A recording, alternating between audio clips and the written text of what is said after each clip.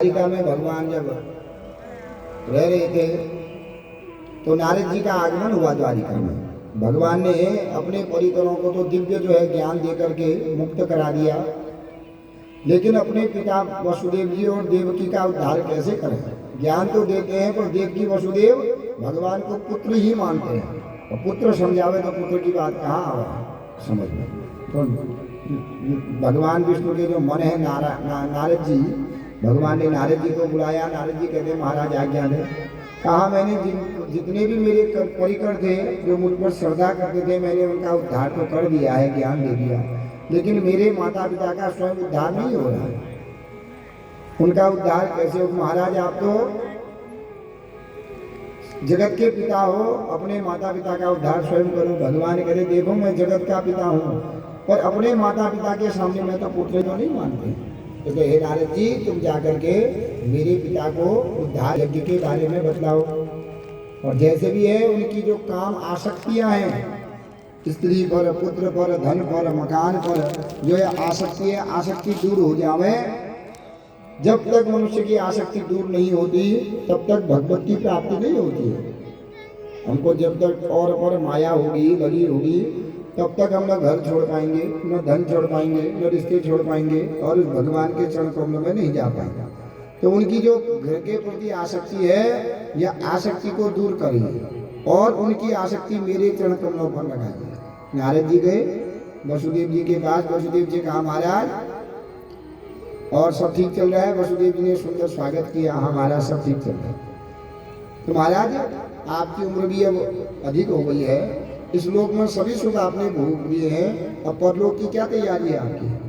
वसुदेव जी कहते हैं महाराज अभी परलोक की कहाँ तैयारी होती है महाराज, अब द्वापर युग समाप्त होने वाला है और कलयुग आएगा, तो कम से कम अब आप उम्र के अनुसार तैयारी भी करनी चाहिए। अब परलोक हम लोग कहीं जाते हैं तो पैकिंग 2-3 दिन पहले से ही, 1 हफ्ते से पहले से कर लेते हैं, करते कि नहीं? अब आज घर को जाना है, परसों से ही पैकिंग हो गई है, तो सबकी ऐसी होती है कि सफर में जाओ पैकिंग, पर उस लोग के लिए कभी किसी ने पैकिंग कर रखी है? यहाँ के लिए हम लोग दिल्ली जाते हैं, वहाँ गर्मी होगी, ऐसे कपड़े रखें, पेस्ट रखें, ऐसा रखें, वैसा रखें, सब कुछ रखते हैं। पर सोचिए हमने सबने जाना है एक दिन उस लोक में, और उस लोक के लिए कभी किसी ने पैकिंग करी है? कोई पैकिंग नहीं करी, और जाना सब नहीं है, टिकट सबका ही आएगा। अब किसका आगे आ गया नंबर, किसी का पीछे आ गया, इसलिए कोई नहीं जानता। इसलिए वहाँ की पैकिंग हर समय तैयार करनी चाहिए, बैग तैयार होना चाहिए हर समय। बुलावा आया तो सीधे निकलना है, फिर बुलावा आने के बाद अगर तैयारी करोगे, आएंगे यमराज के दूत पकड़ के ले जाएंगे, कुछ सामान नहीं होगा, कुछ सामान साथ में नहीं होगा, फिर वहाँ अव्यवस्था हो जाएगी। तो पर वहाँ का सामान क्या है? वहाँ पर लोग के 2 ही चीज काम आते हैं। क्या? नारायण संसार में ये 2 आवत काम, देना मुट्ठी अन्न की, लेना भगवत नाम। तो इस लोक में तो सब कुछ काम आता है, पर परलोक में दिया हुआ दान और लिया हुआ भगवान का नाम, यही काम आता है, कोई चीज काम नहीं आता। यह शरीर ही जल करके भस्म हो जाता है। इसलिए महाराज परलोक की तैयारियां करो, वहाँ की पैकिंग करो।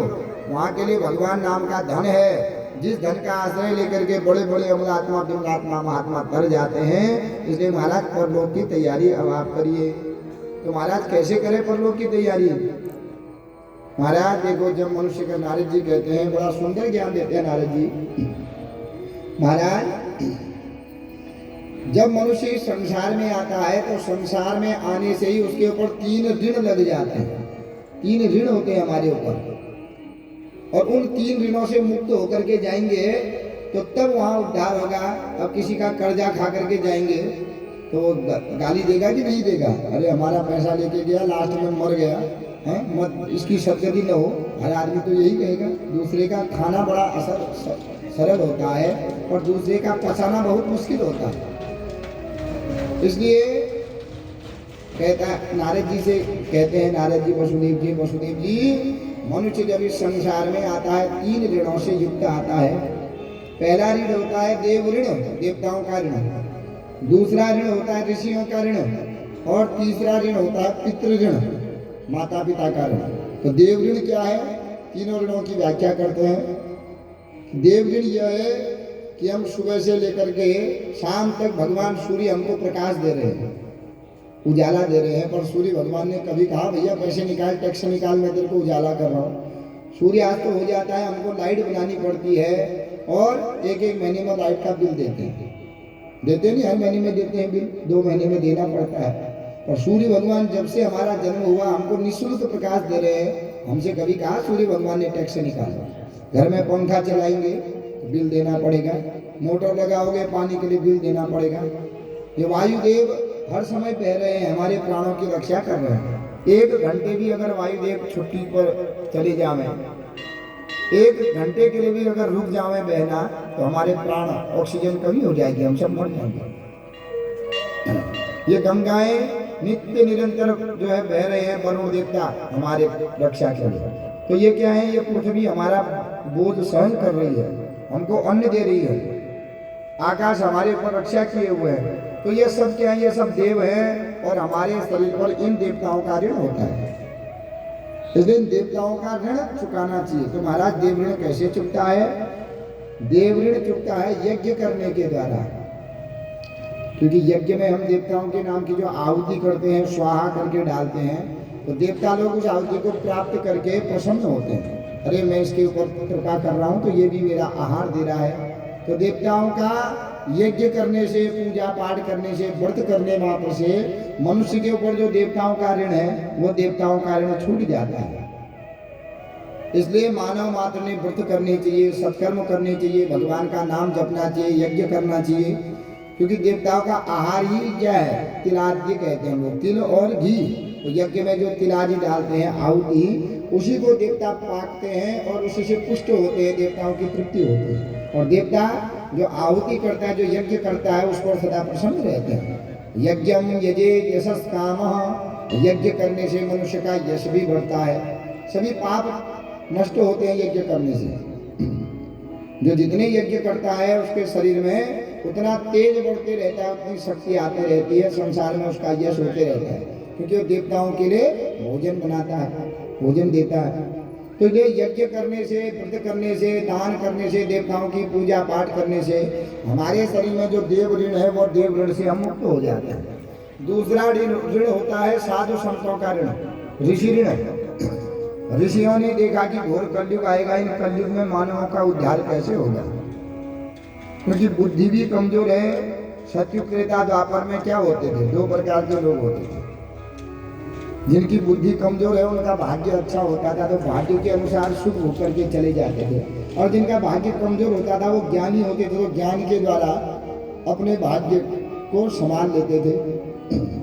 संसार में दुख सभी को होते हैं। तुलसीदास जी कहते हैं कि तुलसी या संसार में सबको ही दुख होए, ज्ञानी काटे ज्ञान से, पापी काटे रोए। दुख सबको है संसार में, पर ज्ञानी मनुष्य धैर्य धारण करता है, वो ज्ञानी भगवान के शरण में जाता है, और भगवान के शरण में जाने मात्र से, भक्ति करने से, नाम स्मरण करने से उसके दुख क्षीण हो जाते हैं। और जो पापी मनुष्य होते हैं, अज्ञानी लोग, रो रो करके काटते हैं। काटना तो सबने है, किसी को पीड़ा हुई है, किसी का फोड़ा हो गया तो दर्द तो एक बुढ़े को भी उतना ही होगा, जवान को भी, बच्चे को भी उतना ही होगा। और बुढ़े को सहन शक्ति रहती है, वो रोता नहीं, और बच्चा सहन शक्ति नहीं रखता तो जोर से रोता है। अब रोने से क्या उसकी पीड़ा कम हो रही है? पीड़ा तो कम नहीं होगी, पर उसको, बच्चे को ज्ञान नहीं है और बूढ़े को ज्ञान है कि भैया आज फोड़ा हुआ है तो 2-4 दिन में ठीक अवश्य हो जाएगा। इसलिए ज्ञानी में सुख दुख सबको मिलते हैं संसार में, चाहे वो ब्राह्मण हो, चाहे स्त्री हो, पुरुष हो, निर्धनी हो, धनवान हो, कुलीन हो, अकुलीन हो, जो भी होता है, सुख दुख संसार में सबको मिलता है। जिस प्रकार किसी बच्चे का जन्म दिन में होता है तो वो देखता है कितना उजाला है, और रात्रि में फिर भयभीत हो जाता है कि अंधेरा भी होता है। किसी बच्चे का जन्म रात्रि में होता है, वो भयभीत रहता है, और जैसे ही सुबह होती है तो वो प्रसन्न हो जाता है कि उजाला होता है। तो ये दिन और रात्रि की तरह सुख दुख है। जिसके जीवन में पहले दुख आता है उसके जीवन में सुख अवश्य आता है बाद में, पर धारण जो है धैर्य धारण करना चाहिए। जब विपत्ति आ जाती है तो विपत्ति में कहते हैं कि 4 चीज़ों की परीक्षा लेनी चाहिए। कौन कौन 4 चीज़ें? धीरज धर्म मित्र अरु नारी, धीरज धर्म धर्म मित्र अरु नारी। धीरज धर्म मित्र अरु नारी। धीरज धर्म मित्र अरु नारी। आपत काल रखिए चारी। आपत काल परखिए चारी। आपति काल परखिए चारी। आपत काल परखिए चारी। आपत्ति समय में 4 चीजों की परीक्षा देनी चाहिए। पहली परीक्षा होती है अपने धीरज की। भैया मेरे अंदर कितनी सहन शक्ति है। कोई सुई लगाने जाता है, कोई धैर्य से पीड़ा को सह लेता है, और कोई खूब हल्ला करके पूरा अस्पताल ही हिला देते हैं। अब अस्पताल हिलाने से सुई तो लगानी है, उसको कितना भी करें। 4 लोग आएंगे जबरदस्ती दबाएंगे, सुई तो लगानी है भैया। रोग हुआ है तो रोग दूर करने के लिए। तो हमारे अंदर भी जब रोग हो जाता है, रोग माने हमारे जब पाप बढ़ जाते हैं, तो भगवान एक इंजेक्शन लगाते हैं। किसी के अंदर रोग हो गया तो रोग को दूर करने के लिए क्या करते हैं, उसको इंजेक्शन लगाना पड़ता है रोग को दूर करने के लिए। तो हमारे अंदर जब पाप हो जाते हैं तो भगवान दुख रूपी इंजेक्शन ठोक देते हैं। ले भैया, जब तक अब इंजेक्शन के द्वारा ही तेरा जो अंदर विकार है वो विकार दूर होंगे। तो इस प्रकार पहला है धीरज। अपने धीरज को जब विपत्ति आ जाती है उस समय सोचना चाहिए मैं कितना धैर्यवान हूँ। दूसरा अपना धर्म। जो मनुष्य धर्म पर चलता है, दुख आने पर वही धर्म उसका साथ देखा है। इसलिए कहते हैं धर्म एव हतो हन्ति धर्मो रक्षति रक्षिता। जो धर्म की रक्षा करता है, जब उस पर विपत्ति आ जाती है तो वही धर्म उसकी रक्षा करने के लिए किसी न किसी रूप में प्रकट हो जाते हैं।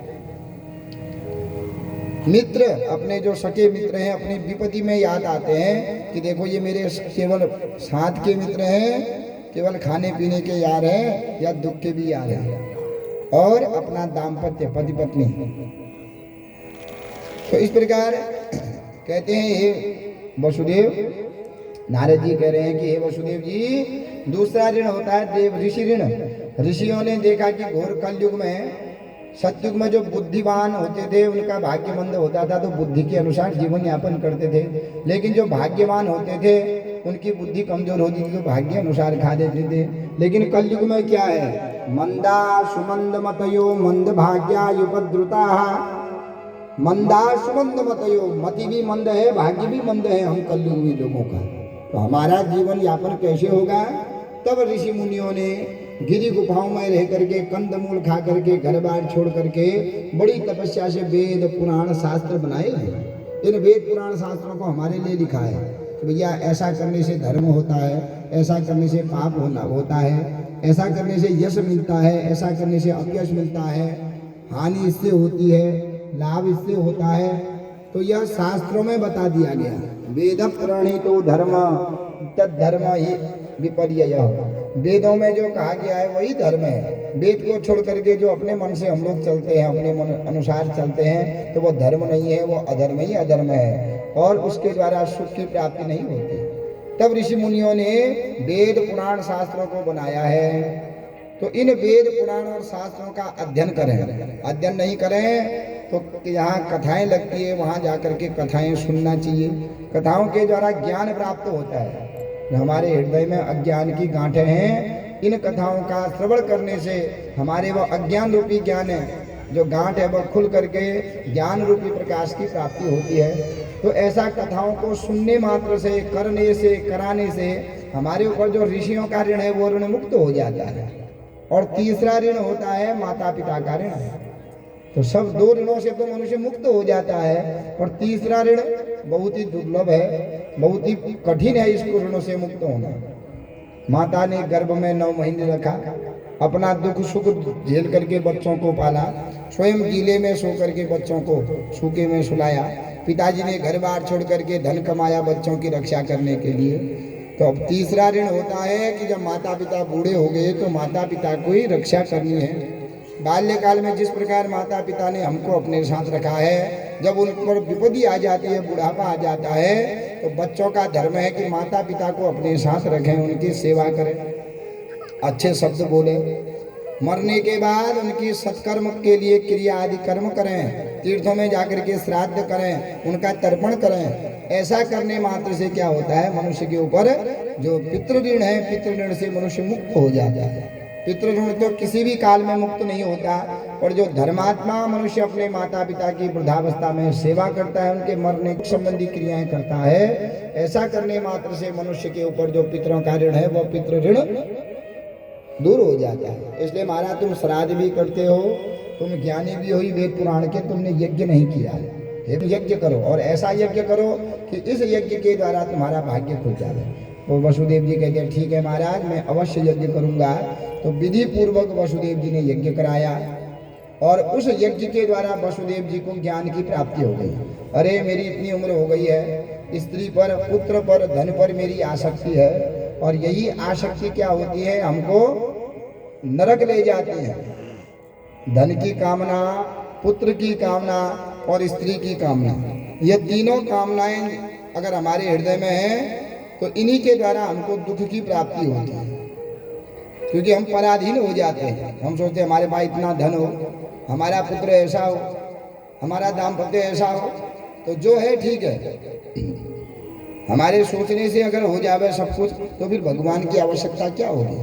हमने अच्छे कर्म कर रखे, हमारे भाग्य से संतान भी हो गई, दाम्पत्य भी ठीक मिल गया, धन भी आ गया, मकान भी बन गया, पर पुत्र के भाग्य खराब है, वो कितना भी पढ़े नौकरी में न लगे, तो माता पिता उसके लिए क्या कर सकते हैं। कोई किसी के भाग्य का बदल नहीं सकता है। जनक जी ने अपनी पुत्री सीता को जब विवाह किया, कोई कम देखा क्या? अयोध्या के राजकुमार के साथ विवाह किया, साक्षात विष्णु अवतारी राम के साथ विवाह किया, पर विवाह के कुछ दिनों बाद ही सीता जी वन में चले गई, रावण हरण करके ले गया, कितना दुख मिला। तो भाग्य कोई किसी का नहीं बदल सकता है। तो बड़ा इनको ज्ञान की प्राप्ति हुई, और उसी ज्ञान के द्वारा इनको भगवत की प्राप्ति हो गई। तो आगे कहते हैं कि एक समय जनक जी महाराज वन में गए। तो वन में जब घूम रहे थे तो था मार्ग भ्रमित हो गए, जनक जी भयभीत हो गए कि मैं घर कैसे पहुंचूंगा, बड़े भयकंपित हो गए। तो उन्होंने वन में एक वृक्ष के नीचे एक अवधूत को, बाबा जी को देखा। वो बाबा जी कौन है? श्री राजा। तो आनंद से सोए हुए हैं, उनके मुख पर बड़ा मुस्कान है। तो राजा विचार करता है कि मैं राजा हूँ, सो मेरे पास खाने के लिए भी है, रहने के लिए भी है, फिर भी मुझे इतनी शांति नहीं मिली है। और ये बाबा वन में है, इसका घर नहीं, इसको कुछ खाने के लिए नहीं, पीने के लिए नहीं, रहने के लिए घर नहीं, फिर भी ये बाबा इतना शांत रहता है। तो बाबा जी को प्रणाम किया, महाराज आप कोई सिद्ध संत है, मेरे पास सब कुछ है फिर भी मुझे अशांति है, आपके पास कुछ नहीं है फिर भी आपके पास शांति है, महाराज आपको ये शांति कैसे मिली? मेरा घर है, पत्नी है, पुत्र है, रहने के लिए, खाने के लिए 1 महीने भी सोई रहूं तो सेवा करने वाले भी हैं, भोजन बनाने वाले भी हैं। आपके पास खाने के लिए भी नहीं है, ओढ़ने के लिए भी नहीं है, रहने के लिए भी नहीं है, अभी बारिश हो जाएगी तो भीग जाओगे, फिर भी आप इतने प्रसन्न लगते हैं महाराज, ये प्रसन्न रहने का कारण क्या है? तो यह सुनकर के दत्तात्रेय महाराज कहते हैं, राजन यही एक जीवात्मा और महात्मा में इतना ही अंतर होता है। जीवात्मा, महात्मा और परमात्मा, 3 आत्माएं होती हैं। जीवात्मा क्या है? सब कुछ होते हुए भी दुखित रहता है। जो सब कुछ है हमारे पास, शरीर भी है, वो कपड़ा भी है, मकान भी है, धन भी है, इष्ट मित्र भी है, भाई बंधु भी है, समाज में जान पहचान भी है, सब कुछ होते हुए भी जो दुखित रहता है उसका नाम है जीवात्मा। और जिसका न घर है, न शरीर में कपड़े हैं, अभी खा करके दिन में खाने की आशा नहीं है, फिर भी वह प्रसन्न रहता है, वो है महात्मा। तो महात्मा और जीवात्मा में अंतर क्या है कि जीवात्मा संसार के चक्कर में, माया में फंसा रहता है, इसलिए सब कुछ होते हुए भी दुख को प्राप्त करता है। महात्मा भगवान के शरण में रहता है, कुछ नहीं है, माया से बचा रहता है, इसलिए कुछ नहीं होते हुए भी वह सुख को प्राप्त करता है। तो जो भगवान के शरण में चला जाता है उसका कुछ नहीं होते हुए भी वो प्रसन्न रहता है। और जो माया के चक्कर में, मेरी जो तेरी के चक्कर में रहता है, सब कुछ होते हुए भी वो दुख को भोगता है। तो दत्तात्रेय कहते हैं महाराज भाई इतना ही अंतर है तुम में मुझ में, तुम राजा हो मैं भिखारी हूं, पर जितना आनंद मुझे है उतना आनंद तुम्हें नहीं है, क्योंकि मेरे पास भगवान नाम रूपी धन है और वो धन ऐसा है कि मुझे भय नहीं है। कोई सिंह आएगा मारेगा, अगर सिंह के हाथों मेरी मौत लिखी होगी तो सिंह के ही हाथों मरूंगा, और जहाँ मेरा भाग्य होगा मुझे खाने का मिल जाता है, कभी वन में जाता हूँ, कभी पके केले मिल जाते हैं, कभी पके फल मिल जाते हैं, जिस फल पर मेरा भाग्य होगा वो मुझे मिल जाएगा। भाग्य में नहीं होगा तो मैं उसको अपने झोले में भी डालूं तो वो सड़ जाएगा या गिर जाएगा। तो यही अंतर होता है एक जीवात्मा और महात्मा। जो सत्संग में जाता है वह मनुष्य आनंद में रहता है। बाबा जी लोगों के पास क्या होता है, कुछ नहीं फिर भी आनंद में रहते हैं, क्योंकि संसार का सबसे बड़ा धन है भगवान नाम का धन। उनके पास भगवान नाम रूपी धन है, इसलिए न कुछ न होते हुए भी वो प्रसन्न रहते हैं। फिर दत्तात्रेय कहते महाराज इस सुख को पाने के लिए मैंने अपने 24 गुरु बनाए। तो 24 गुरुओं का वर्णन दत्तात्रेय जी कहते हैं। पृथ्वी वायु आकाशो आपो अग्नि चंद्रमा रवि कपोतो अजगर सिंधु पतंगो मधुकृतगज मधुहा हरिणो मीना पिंगला कुरुर्भकः कुमारी शरकत सर्प ओ नंदना भी सुपेशकृत। ये 24 गुरु हैं। दत्तात्रेय जी कहते हैं सुख को प्राप्त करने के लिए मैंने इन 24 को गुरु बनाया। पहले गुरु पृथ्वी को बनाया। पृथ्वी से मैंने क्या देखा, धैर्य धारण करना सीखा। पृथ्वी में कोई खड्डा खोदे, कोई कुल्ला करे, कोई मलमूत्र त्यागे, पृथ्वी कभी जो है उछलती नहीं है। धैर्य धारण कर पूजा करोगे, अग्नि जला दोगे पृथ्वी पर फिर भी पृथ्वी कंपित नहीं होती, जल डालोगे पृथ्वी पर फिर भी पृथ्वी कंपित नहीं होती। तो एक समान रहती है। तो पृथ्वी से मैंने धैर्य धारण करना सीखा। वायु से मैंने निरंतर बहना सीखा। वायु अगर एक ही जगह रहती तो दूसरी जगह और प्राणियों की रक्षा कैसे होती। इसलिए जो सुख चाहता है उसको सदा किसी न किसी कार्य में निरंतर जो है वायु की तरह लगे रहना चाहिए, बहते रहना चाहिए। सूर्य को गुरु बना करके मैंने सीखा कि सूर्य की किरणें सब जगह जाती हैं। कोई मलमूत्र करा हो वहां भी चली जाती हैं, कमल के फूलों में भी जाती हैं, पर सूर्य की रस सबका लेती हैं, पर जो सुगंध है उनको अपने पास लेती है, दुर्गंध को ले करके आधे में ही छोड़ देती है। तो सूर्य किसी पर आसक्त नहीं होता। तो इस प्रकार मैंने गुरु बनाए। एक गुरु दत्तात्रेय जी कह रहे हैं पिंगला नाम की वैश्या को भी मैंने गुरु बनाया। और वैश्या से मैंने क्या सीखा कि एक पिंगला नाम की वैश्या थी, वो प्रातः काल से खूब श्रृंगार करती है, 16 श्रृंगार। तो वैश्याओं का गांव है, उसमें एक पिंगला भी रहती है, खूब श्रृंगार करके अपने दरवाजे पर बैठी। एक आया वो दूसरी जगह चले गया, दूसरा आया दूसरी जगह चले गया, ये समझने लगी मेरे कपड़े अच्छे नहीं हो रहे, अंदर जगह कपड़े बदली और जो है क्रीम पाउडर लगाया, दरवाजे पर बैठ गई। और आए और औरों के घर में चले गए। सुबह से शाम हो गई, 10 बार इसने कपड़े बदले, 10 बार इसने जो है अपने मुख धोया और श्रृंगार किया। और जब सूर्यास्त हो गया, इसके घर कोई नहीं आया, तो उसको वैराग्य हो गया। धिक्कार है मुझको कि मैं पर पुरुष के लिए सज रही हूँ, अगर इतना मैं भगवान के लिए सजती तो मेरा उद्धार हो जाता। वैराग्य हो गया। तो क्या कहती है पिंगला वैश्या, आशा ही परमम दुखम नैरास्यम परमम सुखम यथा संचित्य कांताशा सुखम सुस्वाप पिंगला। यह कहती है पिंगला कि इस संसार में दुख का मूल कारण है आशा ही परमम दुखम। आशा ही दुख का कारण रहता है। हमने आशा करी वो हमको इतने पैसे देगा, अब उसने उतना नहीं दिया तो हमको दुख हुआ कि नहीं। अब दुख उसने दिया हमको या हमने अपने आप दिया दुख, क्योंकि हमने इच्छा ज़्यादा कर रखी थी, इच्छा के अनुसार नहीं मिला तो हमको दुख मिल गया। अब दुख न उसने दिया न हमने लिया, केवल हमारी इच्छाओं ने हमको दुख दे दिया है कि नहीं। हमने विचार कर रखा है हमारा लड़का खूब अफसर बनेगा, आशाएं हैं, आशा कर रखी है लड़का नौकरी में न लगे, अफसर न बने। अब उस बेचारे के भाग्य में है ही नहीं तो कहाँ से लगेगा वो। नहीं लगा तो माता पिता दुखित हो जाते, इतना पढ़ाया, इतना पैसा खर्च किया। तो आशा थी, आशा ही दुख का कारण रहती है। और कोई मनुष्य किसी को दुख नहीं देता है, या आशा ही हमारी दुखों का कारण रहती है। इसलिए आशा अगर करनी है तो संसार में आशा किसी से नहीं करनी चाहिए। तो आशा किससे करें? आशा केवल करनी है तो आशा एक राम जी से दूजी आशा छोड़ दे। आशा अगर करनी है तो भगवान से आशा करो, जो सारे जगत को देता है उस भगवान से आशा करो। या संसारी लोगों से क्या आशा करना। तो पिंगला को गुरु बनाया मैंने। पिंगला के सीखा कि आशा कभी किसी से नहीं करनी चाहिए। आशा अगर है तो भगवान से ही आशा करनी चाहिए। तो दत्तात्रेय महाराज ने ऐसा सुंदर ज्ञान दिया, जनक जी को वैराग्य हो गया, महाराज मेरे पास सब कुछ था पर शांति नहीं थी, आज आपके चरण कमलों में मुझे शांति मिल गई है। हे महाराज धन्य है।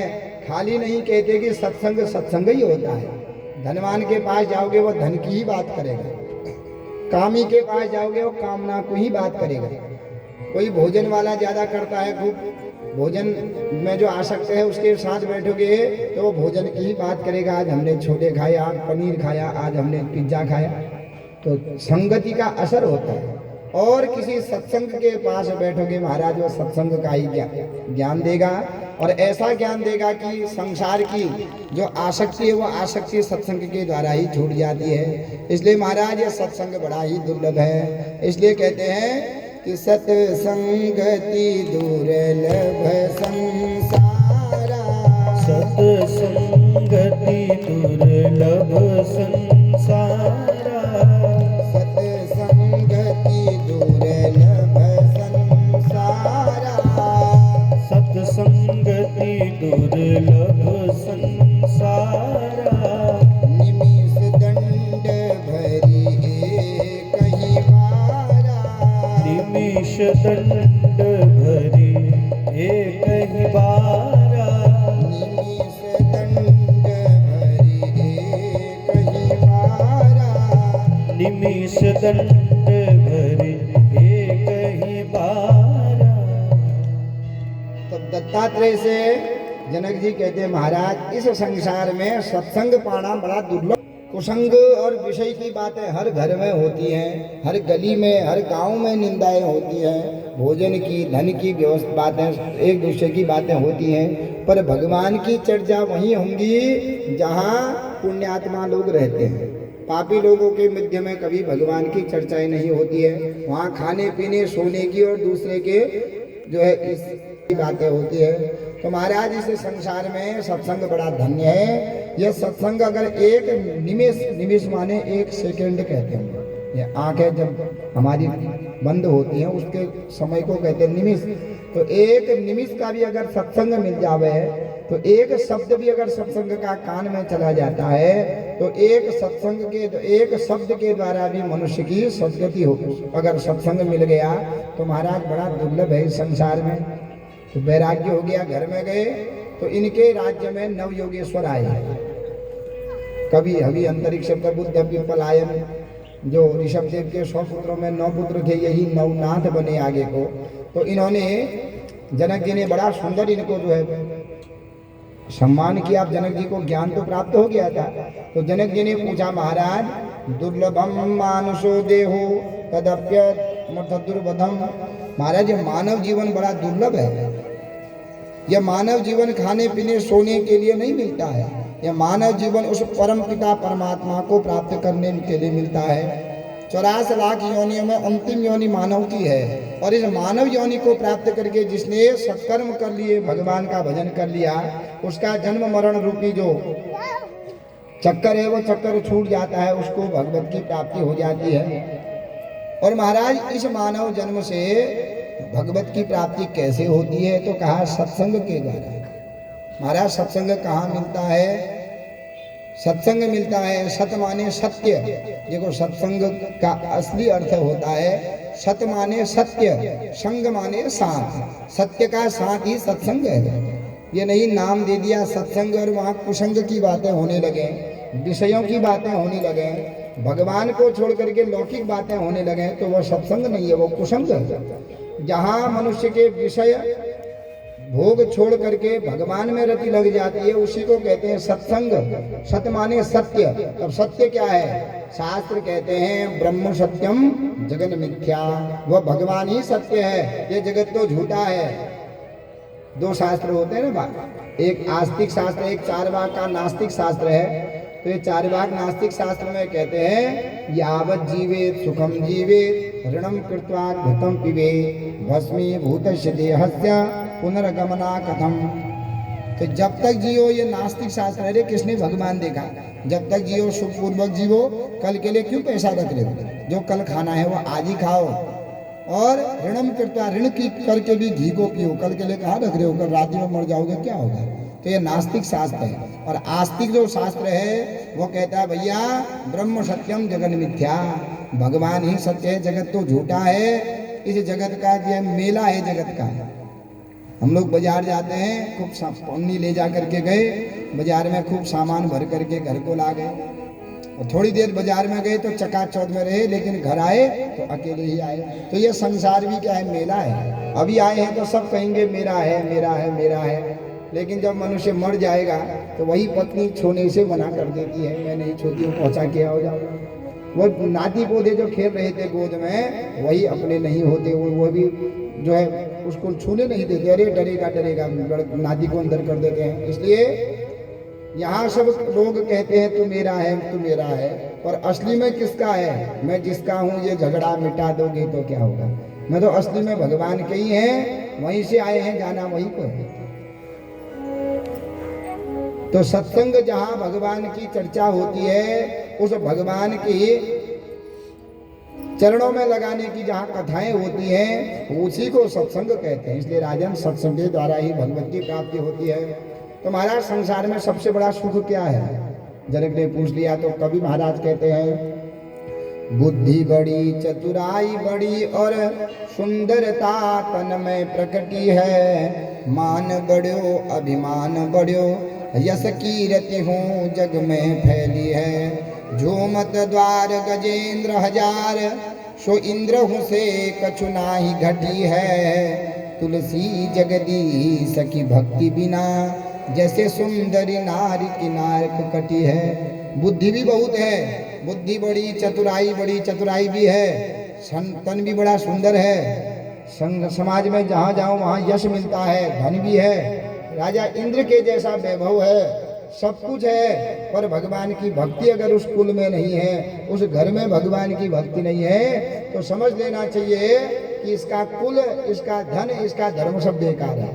जिस प्रकार एक सुंदर स्त्री है, युवा स्त्री है, 16 श्रृंगार करके बैठी हुई है, इतनी सुंदर लग रही है पीछे से, और आगे से जाओगे तो उसकी नाक ही कटी है, तो वह स्त्री कोई शोभा पाएगी क्या, नहीं पाएगी। शोभा किससे होती है, नाक के द्वारा ही तो शोभा होती है। क्या कुछ चिपो नाक होकर तो नाक होता है तो तब वो शोभा भी पाते हैं कि नहीं है। तो ये नाक ही क्या है, हमारी भक्ति है। सब कुछ हमारे पास है, यश भी है, कुल भी है, धन भी है, धर्म भी है, बड़े बड़े पद पर बैठे हैं। भगवान की भक्ति अगर नहीं है तो समझ लेना चाहिए कि जिस प्रकार 16 श्रृंगार करी हुई स्त्री नाक कटी हुई है, शोभा नहीं पाती, उसी से बड़े कुल में भी धनवान हो, अगर उसके घर में भगवान की भक्ति नहीं होती है, भगवान की पूजा नहीं होती है, भगवान का नाम नहीं है, तो उसके घर में कुछ भी नहीं है। फिर पुनः तुलसीदास जी कहते हैं हमने भोजन बनाया, खूब पनीर बनाया, राजमा बनाए, बढ़िया जो जिसको बढ़िया लगता है वो बनाया, और खूब तड़के लगाए, खूब अनेक प्रकार के मसाले डाले, खूब उसमें घी डाल दिया।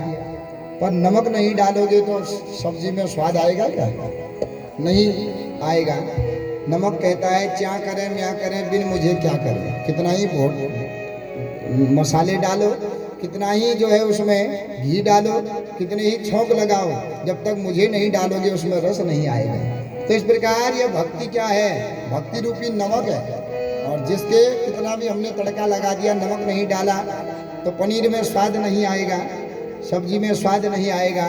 तो उसी प्रकार घर में सब कुछ है, पर भक्ति रूपी नमक अगर नहीं है, अब नमक कितना डालते हैं हम, सब्जी ज़्यादा होती है, नमक एक चुटकी, तो भक्ति अगर ज़्यादा नहीं, एक चुटकी माने 5 मिनट सुबह 5 मिनट शाम को भी अगर तुम भक्ति करते हो तो समझ लो भैया तुम्हारा जीवन सुखमय है। तो तुलसीदास जी भी कहते हैं कि भजन हीन कुल सब सुख कैसे, भजन हीन कुल सब सुख कैसे, भजन हीन कुल सब सुख कैसे, भजन हीन कुल सब सुख कैसे, लवण बिना बहु व्यंजन जैसे, लवण बिना बहु व्यंजन जैसे, लवण बिना बहु व्यंजन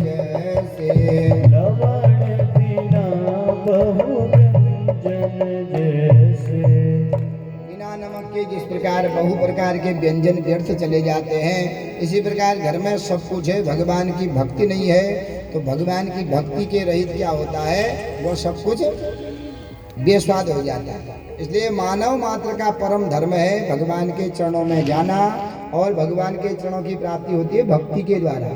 चाहे भक्ति कैसी भी हो, काम से भजे, क्रोध से भजे, लोभ से भजे, जैसे भी भजे, भगवान का नाम ले तो सही, उसका उद्धारी हो जाता है। तो अब पूछा महाराज, यह मानव जीवन क्या है? मानव जीवन के बारे में पूछा, तब कहते हैं कि एक दिना वन में बस के, बनराज किनारी ने नाहर जायो, काहू गडरिया के संग लगो, और ने वही भेड़न बीच छुपायो, भूली गयो कुल कर्म सबई जब, बड़ो ही भयो तब दूब चरायो। ऐसे ही आत्मज्ञान बिना नर, ऐसे ही ब्रह्म ज्ञान बिना नर, भूली के ब्रह्म से जीव कहायो। एक बार क्या हुआ कि वन में वनराज माने शेर की पत्नी शेरनी ने एक मार्ग पर एक बच्चे को जन्म दे दिया। प्रसूति है तो बच्चे होने की पीड़ा है, झाड़ी की ओर जा रही थी, पर बीच मार्ग में ही एक बच्चे का जन्म हो गया। अब और बच्चे भी होने वाले हैं, अब पीड़ा भी है।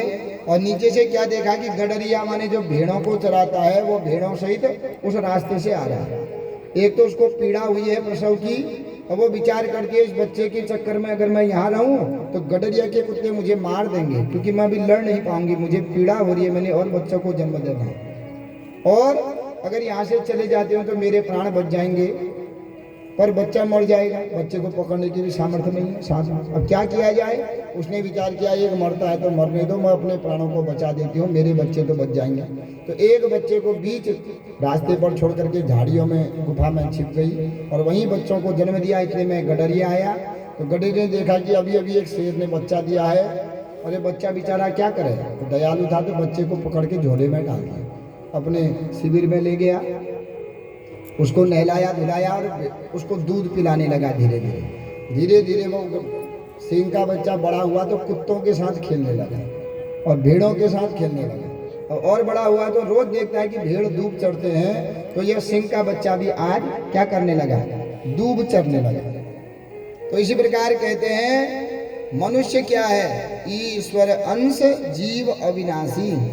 ये मानव जो है भगवान का अंश है और अविनाशी है, कभी नाश होने वाला नहीं है। नाश शरीर का होता है, ये आत्मा है, हम तो आत्मा का नाश थोड़ी होता है। मानव जब मरता है शरीर यही रहता है कि नहीं रहता है। जिस समय भगवान ने बाली को बाण मारा तो बाली की पत्नी रोती रोती आई, महाराज मेरे पति को जीवित कर दो, मुझे मेरा पति अति प्रिय है। भगवान कहते देखो भैया देवी, जिस पति के लिए रो रही वो पति तो तुम्हारे सामने सोया है, उसके आंख कान नाक शरीर पूरा वही तो है, केवल जो मेरी तेज था, जो दिव्या तेज दिया था वो तेज मैं ले गया, यह पति तो अभी भी तुम्हारे सामने पड़ा है। तो यह शरीर तो क्या है, नश्वर शरीर है। तो कहते हैं कि यह मनुष्य क्या है, भगवान का अंश है, अविनाशी है, पर यह भगवान का अंश है और भगवान का नाम है आनंद राशि, आनंद के सागर हैं। तो उन आनंद के सागर से हम लोग निरानंद कैसे हो गए, दुख को कैसे प्राप्त कर लिया, क्योंकि हम लोग विषयों पर सक्त हो गए हैं। हम सिंह के पुत्र भगवान के अंश हैं, पर हम लोग संसार रूपी गडरिए तेरी मेरी जो माया में फंसे रहते हैं उनके साथ लग गए। तो उनके साथ लगने से हम अपने को भूल गए हैं, और उन भेड़ों के साथ लगने के अपने को भी भेड़ ही समझ लिया है। तो इसलिए जब तक उसको आत्मज्ञान नहीं होता है, हृते ज्ञानात्म मुक्ति, ज्ञान के बिना मुक्ति नहीं होती है। मुक्ति अगर चाहिए तो उसके लिए ज्ञान ही प्राप्त होता है, बिना ज्ञान के किसी भी अवस्था में किसी भी योनि में मुक्ति नहीं होती। बड़ा वेदांत का विषय है। अब यहाँ कहते हैं कि कोई कहता है कि जटा बनाने से मुक्ति मिल जाती है। अगर जटा बनाने से मुक्ति होती तो कुत्ते की पूंछ में तो जटाएं हुई रहती हैं, घोड़े की पूंछ में जटाएं हुई रहती हैं, उनका उद्धार होता। तो जटा बनाने से मुक्ति नहीं मिलती है। कोई मिट्टी लगाते हैं, राख लगाते हैं शरीर पर, इससे मुक्ति मिलती। तो कुत्ता तो रात दिन मिट्टी में ही सोए रहता है, उसकी मुक्ति होती। जल में रहने से, जल में डुबकी लगाने से अगर मुक्ति होती तो मछलियां मेढक तो जल में ही रहती है, उनकी मुक्ति होती। तो मुक्ति होती है केवल ज्ञान के द्वारा। ज्ञाने न मुक्ति न तो चंदने न, त्रिकुंड लगा दिया, खूब बड़ा तिलक लगा दिया, खूब क्रीम पाउडर लगा दिया, इससे मुक्ति नहीं होती। जब तक ज्ञान नहीं होता है तब तक मनुष्य को मुक्ति की प्राप्ति। आत्मज्ञान, मैं कौन हूँ, मैं इस संसार में किस लिए आया हूँ, और इस संसार में आने से पहले कहाँ था। हम जब सोते हैं बिस्तर में, बिस्तरी पर सोते हैं, लेकिन सपनों में कहाँ कहाँ चले जाते हैं, और उठते हैं तो कहाँ पर, जहाँ पर सोए थे वहीं से तो उठे हैं। तो यह स्वप्न तुल्य जगत है। हम तो परमात्मा के वहाँ सोए हैं और अभी उठेंगे, तो अभी तो सोए हैं वहाँ, तो उठेंगे, शरीर छूटेगा तो वहीं उठना पड़ेगा जहाँ से आए हैं। तो इस प्रकार ये आत्मज्ञान, मैं कौन हूँ, मैं किस लिए आया हूँ जगत में, और इस जगत में आने से पहले मैं कहाँ था, और इसके बाद मैं कहाँ जाऊँगा, इतना ज्ञान अगर मनुष्य को हो जावे तो कभी पाप नहीं करेगा। 3 अवस्थाएं ऐसी होती है जहाँ मनुष्य पापों से डरता है। कथा सुनते समय, शमशान में, और जब भयंकर रोग लग जाता है, इन 3 अवस्थाओं में मनुष्य क्या होता है, भगवान के प्रति आसक्त हो जाता है।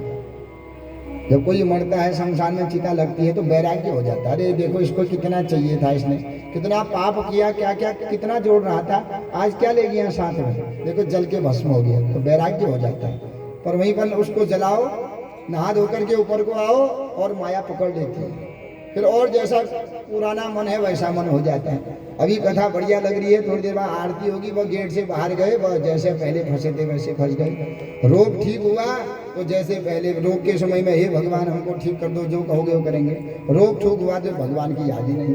तो ये 3 अवस्थाओं में जिस प्रकार मनुष्य की मति रहती है, अगर ऐसी मति मनुष्य की सदा रहे तो मनुष्य कभी पाप नहीं करेगा। और पाप का फल ही तो दुख है। दुख भोग रहे हम, पाप पूर्व जन्म के कुछ पाप हैं, कुछ इस जन्म के पाप हैं, उन्हीं के कारण ही तो हम लोग दुख भोग रहे हैं। तो बड़ा सुंदर जो है नवयोगेश्वरों ने जनक का ज्ञान दिया, जनक को वैराग्य हुआ, राजपाट छोड़ करके वन में गए, भगवान का भजन कर दिया। और कल आप लोगों ने राजा परीक्षित के उद्धार की कथा सुनी।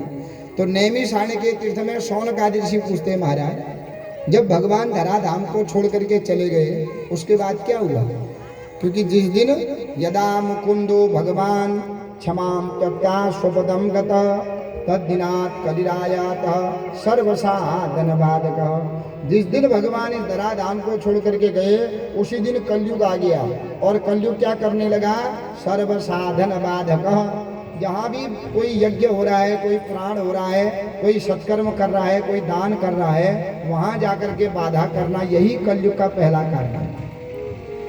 कलयुग जहाँ मदिरा चल रही है वहाँ नहीं जाएगा, जहाँ लड़ाई मार हो रही है वो तो कलयुग का वहाँ तो नित्य निवास है। पर जहाँ सत्कर्म हो रहे हैं वहाँ कलयुग दौड़े दौड़े चला जाता है विघ्न बाधा डालने के लिए। क्योंकि कलयुग चाहता है कि मेरे लोक में कोई सुख न रहे, कोई शांति से न रहे, भाईचारा कहीं पर भी नहीं रहे, किसी को शारीरिक सुख न मिले, मानसिक सुख न मिले। तो कलयुग का वास हो गया। तो कलयुग का वास हुआ तो राजा परीक्षित, एक दिन क्या हुआ कि जब कोल भीलों को पता चला, वन मानुषों को, कि द्वारिका छोड़ करके भगवान चले गए हैं, तो उन्होंने द्वारिका में युद्ध करना प्रारंभ कर दिया। और भगवान की जो पटरानियां हैं, जो रानियां हैं 16,108, उनका आभूषण छीन लिया। सारा यदुवंशी नष्ट हो गया था। भगवान के एक वज्रनाभ नाम के जो भगवान के नाती हैं, वो गर्भवती थी बहू, तो उसका बच्चा हुआ, उसके पुत्र का नाम हुआ वज्रनाभ, रख दिया उसका नाम। तो सारे द्वारिकापुरी में क्या हो गया, कोल भीलों का वास हो गया। भगवान की पत्नियां जो आभूषण था, आभूषण चोर दिया सब उनका। अब उनका हरण करने के लिए कोल भील आने लगे, तो अपने बच्चे को ले जाकर के वह दौड़े दौड़े भागने लगे। इधर राजा परीक्षित ने विचार किया कि मेरे दादाओं की रक्षा भगवान श्री कृष्ण ने कर रखी है, अब श्री कृष्ण जी चले गए हैं तो एक बार उनकी पत्नियों और उनके जो है वंश को देख करके आता हूँ। तो राजा परीक्षित पहुँचे, बद्रीनाथ ने बड़ा सुंदर सत्कार कराया। महाराज देखो हमारा राज्य छीन गया है, कोल भीलों ने, वन मानुषों ने हमारी माताओं के दादी लोगों के जेवर आदि आभूषण छीन लिए। तो भगवान उनको साथ अपने साथ मथुरा मंडल में लाए, पुनः मथुरा का स्थापना कराई, और द्वारिका नगरी कुछ ही दिनों में वहां से समुद्र में डूब गई। तो वह रोने लगी भगवान की जो पत्नियां हैं कि जब तक श्री कृष्ण थे सब हमको प्रणाम करते थे, जब तक हमारे पति थे सब हमको प्रणाम करते थे, कोई टेढ़ी नज़र से नहीं देखता था। आज वो हमको छोड़ करके चले गए तो आज हमारा राज्य भी लूट गया, हमारा आभूषण लूट गया, रोने लगे। तो इतने में मार्कंडेय ऋषि आए। मार्कंडेय ऋषि से परीक्षित ने कहा महाराज इनको ज्ञान दो, इनका उद्धार करो। तो बड़ा ब्रह्म ज्ञान दिया मार्कंडेय ऋषि ने कि हे देवियों, भगवान कहीं गए थोड़ी हुए हैं। स कृष्ण पापिनो गतः, वह कृष्ण कहीं गए नहीं हुए, केवल उन्होंने शरीर छोड़ा है। भगवान तो आत्मा है और वह हर जीव के अंदर होती है। द्रौपदी च परित्राता येन कौरव कल्मषात्, पालिता गोप सुंदर्य स कृष्ण पापिनो गतः। जिन भगवान ने कौरवों की कुत्सित सभा में द्रौपदी की लाज रखी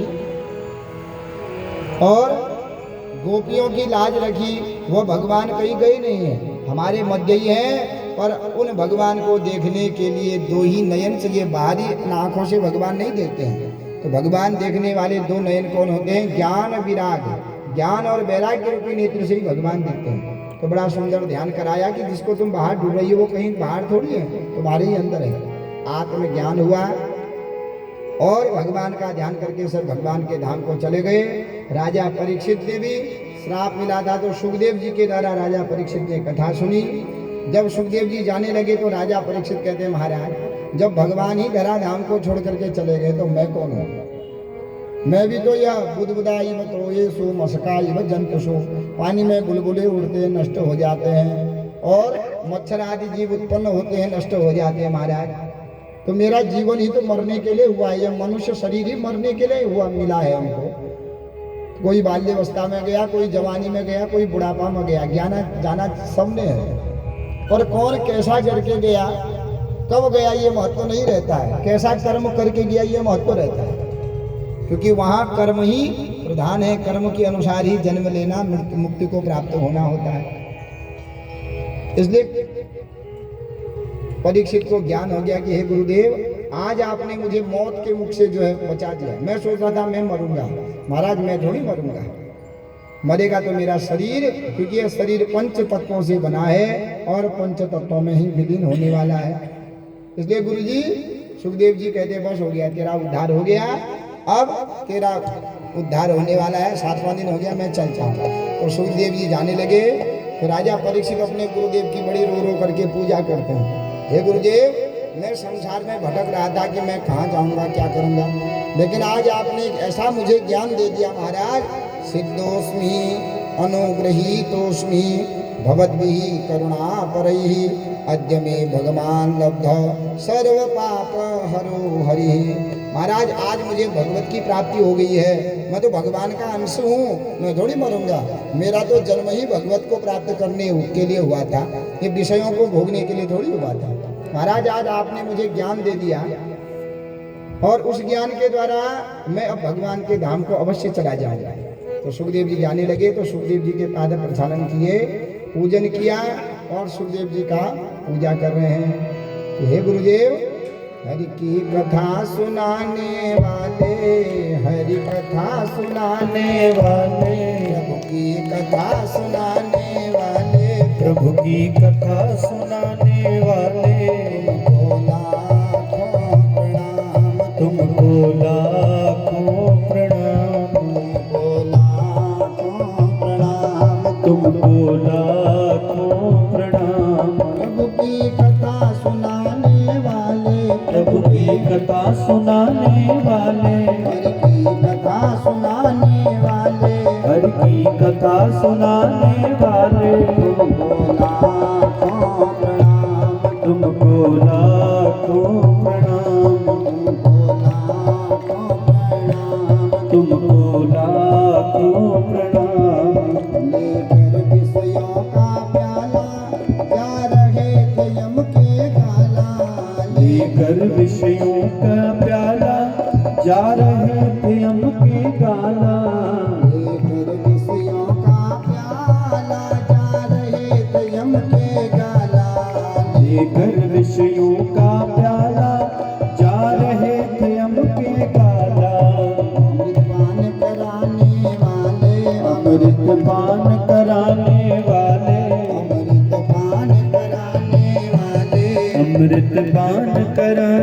वाले लाखों प्रणाम तुमको लाखों प्रणाम, लाखों प्रणाम तुमको लाखों प्रणाम। हम भटक रहे थे वन में बल खो बैठे थे तन में हम भटक रहे थे वन में, पल खो बैठे थे तन में। हम भटक रहे थे वन में बल खो बैठे थे तन में हम भटक रहे थे वन में, पल खो बैठे थे तन में। ओ मार्ग बताने वाले ओ मार्ग बताने वाले, ओ मार्ग बताने वाले ओ राह दिखाने वाले, तुमको लाखों प्रणाम तुमको लाखों प्रणाम। तुम घट घट अंतर्यामी हम पतित और अज्ञानी तुम घट घट अंतर्यामी, हम पतित और अज्ञानी। हम घट घट अंतर्यामी हम पतित और अज्ञानी तुम घट घट अंतर्यामी, हम पतित और अज्ञानी। प्रभु का दर्श कराने वाले प्रभु का दर्श कराने वाले, तुमको लाखों प्रणाम, तुमको लाखों प्रणाम। हम पार तेरा क्या पावे बस शीश झुका यही गावे हम पार तेरा क्या पावे, बस शीस झुकाए ही गावे। हम पार तेरा क्या पावे बस शीश झुका यही गावे हम पार तेरा क्या पावे, बस शीस झुकाए ही गावे। आत्मज्ञान कराने वाले आत्मज्ञान कराने वाले, आत्मज्ञान कराने वाले आत्मज्ञान कराने वाले। लाखों प्रणाम तुमको लाखों प्रणाम, तुमको लाखों प्रणाम तुमको लाखों प्रणाम। हरि की कथा सुनाने वाले हरि की कथा सुनाने वाले, प्रभु की कथा सुनाने वाले प्रभु की कथा सुनाने वाले, जीव की व्यथा मिटाने जीव की व्यथा मिटाने वाले वाले। तुमको लाखों प्रणाम तुमको लाखों प्रणाम, तुमको लाखों प्रणाम तुमको लाखों प्रणाम।